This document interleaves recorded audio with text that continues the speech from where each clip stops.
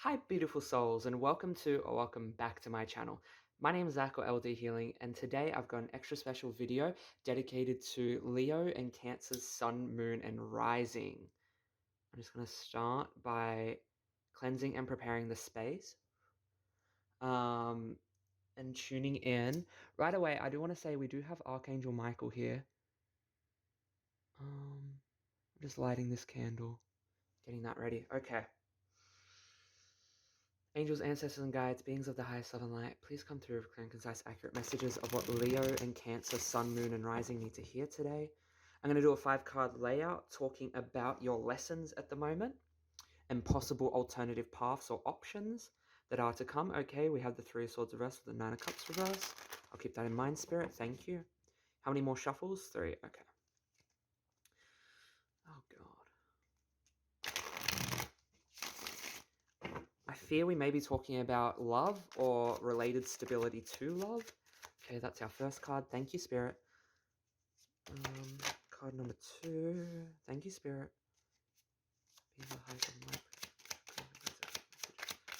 What Leon, Cancer, Sun, Moon, and Rising need to hear today. I'm only taking jumpers. So you could be, I just said jumpers. I don't normally say that. I normally say flying cards. So you could be wearing a lot of warm clothes lately. You could be somewhere where it is currently either winter or approaching winter. You could be, these are just sort of confirmations hopefully give to you. Yep, okay. Thank you, Spirit. It could be very cold weather. Or jumpers could just be like a comfort piece of clothing for you, which I'm sure for most people it might be, but especially for you guys. Angels, ancestors, and guides, beings of the highest love and light, please come through. Let's see.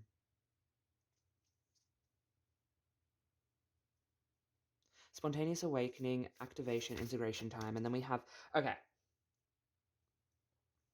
So currently I do want to say one of your biggest lessons that you're overcoming, my Leo and Cancer, Sun, Moon, and Rising, is that there is a huge emphasis on understanding, standing your ground, and allowing certain battles to pass you. I like to think of the Seven of Wands energy, especially next to Spontaneous Awakening. I just will bring this card a bit closer, the Blue Flame. I like to think of that as in the face of an argument or someone trying to tell you who you are or what you want, even though you are so certain and confident in yourself, it's sitting there and being like, able to take a step back and understand that those are projections. It's understanding that the ideas and concepts being forced upon you may be impeding upon your current goals or your current ability to tap into and listen to self.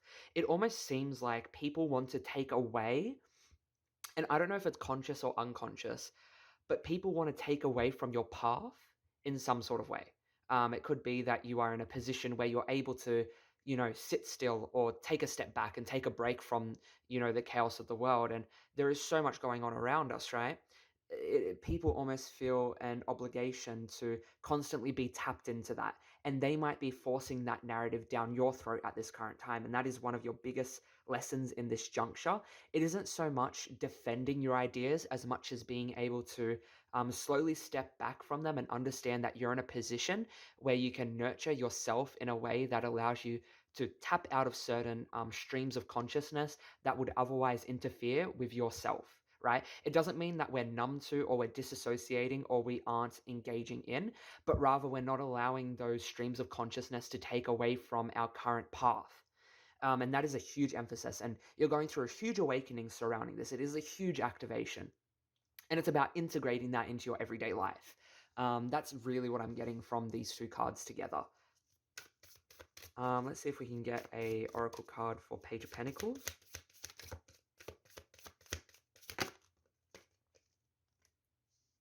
The obstacle in learning this lesson, I feel like, right? And the obstacle in implementing this in everyday life is the fact that you're so attached to the physical, or people around you are so attached to the physical. For example, it could be measuring your wealth or measuring your sort of engagement with this world in your wealth and the way that you give back physically, even though a lot of how you might either give back might not be physically able to be measured. It's measuring, right? It is your prospects as well.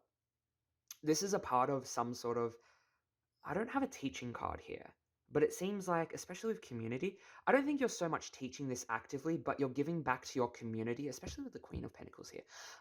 You're giving back to your community by having all of these prospects, and people might put these pressures on you of needing to go in a certain direction or move in a certain way surrounding your current prospects or opportunities, right?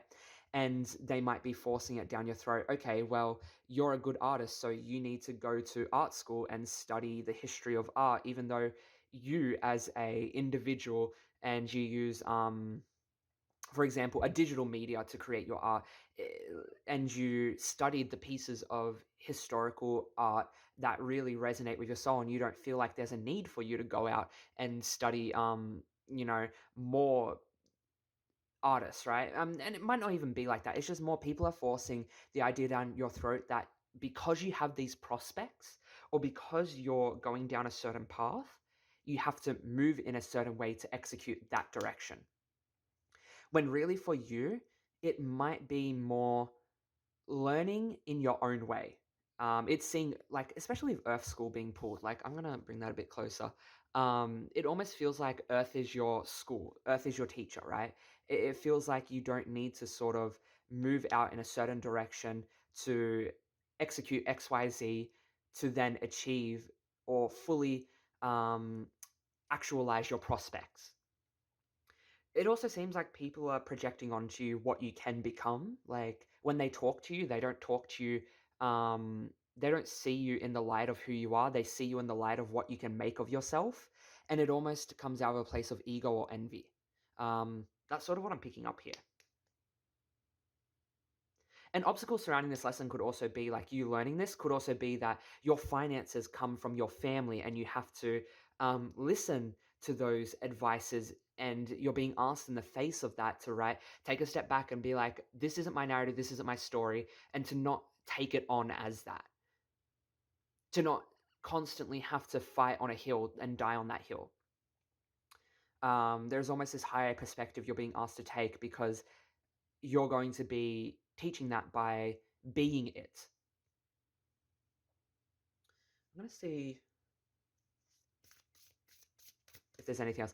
I just want to say, by the way, this is very close to home with something I went through recently. So this is really funny. I did not come into this expecting to channel this, and even saying some of these things, I can see how it might relate to me, and I'm very shocked. I'm like, oh, I didn't expect to talk about this. Is there anything more that we would find useful? Yes. Soul Plan versus Faded Life. I just want to show you that. I remember. Come on, focus. Focus on me. Why have I got that Ariana song in my head? So for some reason, people might be focusing or channeling their energies into you. Like, there's almost this energy of the reason why you may have this interjection or discourse surrounding your direction, your ideas, and your belief of self or your own direction of self is because there is such a focus on what you can become and what that may give back to others. There's almost this energy of, again, people projecting onto you. And I do say projecting because I've even got the card here, I remember. Soul Plan, the faded life versus destiny life. The faded life versus destiny life. That is almost the idea that you are bound to live a life. Okay, we're going to give an example. You're bound to live a life of pain because the family who came before you lived impoverished circumstances, and then people around you keep dragging you into those narratives. Like, for example, this could be very related to a mother figure, especially since we're talking about A Cancer, but also B Queen of Pentacles. But I'll keep moving on. It could also be someone who's views themselves as a mother or carer who is then trying to assert control, because Queen of Pentacles to me also represents control in some aspects. Obviously, we do have it upright, so it's the more positive expression surrounding community and protection. But, you know, someone's protection in their eyes could be someone else's control and abuse in another. And that's sort of what I'm saying here is the faded life versus destiny life regarding... I'm just thinking how I want to say this. If people are experiencing a certain way of life, that their perspective and their way of life has to be bound to you for you to achieve certain aspects of self or to move on into certain ideas of self. If, for example, if you see that, I'm going to give you an example, and this might be a bit woo woo, but you might believe that you can manifest your life, but people around you don't believe that you can do that. And you have to work hard for your money and that you can't manifest it and that you aren't deserving of good things unless you work hard for them. That isn't your story to take on. And that's something that's showing up here is that people are sort of trying to make that your story. And you're not going to change their minds by defending yourself. I'm not saying you shouldn't defend yourself, and I'm not saying you aren't allowed to, but there is a burnout or there is a power in disengaging that allows you to have more energy and protection surrounding yourself if you just disengage from them. And that's sort of what I'm expressing. And there is an awakening that's happening regarding that. Okay, I'm going to move on. Opportunities which exist beyond this lesson with the Seven of Swords. I'm pulling another tarot card because they got me a bit stumped with the Seven of Swords there. One more tarot card. Thank you. Okay, I think this is saying opportunities which would lie beyond this obstacle is that there would be your ability to create a space within yourself, whether it's energetically or physically, whether it's creating a space at home or moving out of home and creating your own space, cultivating a community or cultivating a mindset within yourself that makes you feel safe within your body, for example, using subliminals or affirmations to reaffirm to yourself that I am safe, I am capable, I am able, that is what this is saying. You would no longer allow other people to steal your energy, to steal your thoughts, to steal your words, to steal your time. And that is the opportunity that lies beyond this lesson and overcoming people projecting onto your prospects or allowing other people to dictate your prospects and direction of who you may become. Because it seems like other people want to mold who you will become because they have a vision of what would be best for you. I'm going to now move on to the Queen of Pentacles. Okay. Yep, Two of Cups. And this could even be a partner or a dear friend who truly believes that they have more they have more of a grounded way of viewing the assertion of goals. They believe that you might be, it could be a mother figure, it could be a friend, or it could be a supporter who either financially supports you or verbally used to give you the support that, helped you move along. And maybe you needed that at a time, but no longer you do. What these cards represent to me is either a community or bearer who is a part of your soul tribe or family, who is someone who does understand you, but is sort of muddying the waters in their understanding into projecting onto your, into interjecting themselves onto your path. They're overestimating their knowledge and they are underestimating your ability to plan or create.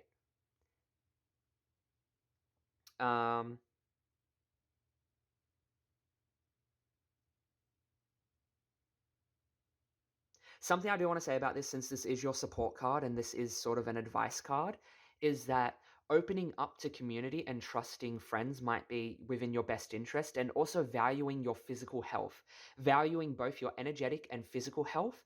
And it could even be valuing your prospects, like trying to use your prospects to create money. That's what this is as well. It's offering your prospects in a way that gives to people, because I've also got the 2-2 and the 7-7 here. This would be, oh, I bit my tongue. You coming together with clients to take care of yourself. It could also be talking about fears surrounding sharing your plans or ideas or ideals or how you feel. Because of how people either project onto you or shut you down in the way that you feel, right? I think it also relates to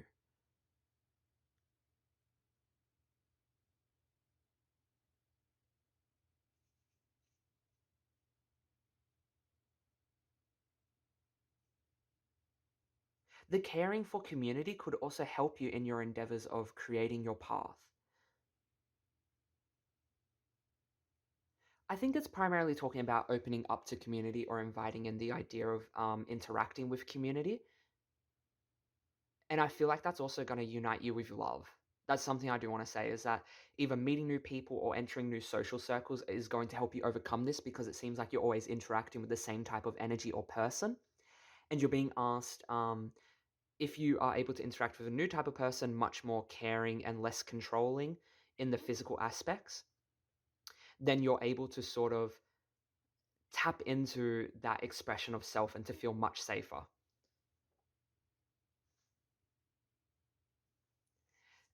And something I want to say is that the greater lesson which is being conducted here relates to mm, the cultivating of self over a very long period of time, the cultivating of either a project, whether it's an investment, for example, in, I'll give an example from me, like an investment in a YouTube channel, right? Not expecting that overnight fame or that reason to be what cultivates your crops. It's more like creating something of substance or meaning and reaping the harvest from that. So, for example, understanding that creating energetic barriers, both physical and emotional and spiritual, would assist you in the long run in cultivating your mental health. That's sort of what's being taught here is there is almost, I don't want to say a long form lesson, but more like an overarching theme surrounding reaping what you sow and understanding these people and these words and being able to navigate them in a different way will give you a different crop than you have been yielded for the past 2 or 3 years. All right, my beautiful Leo and Cancer, Sun, Moon, and Rising. I hope that resonated. I'm sending you all so much love and light. If you felt like this resonated with you, please be sure to leave a like on this video as it helps me connect to more people like you, but it helps people like you connect to more videos like these. And if you want to go that extra step, that extra mile, and you're enjoying my content, please be sure to subscribe and let me know down below how this resonated with you. Until we meet again, bye!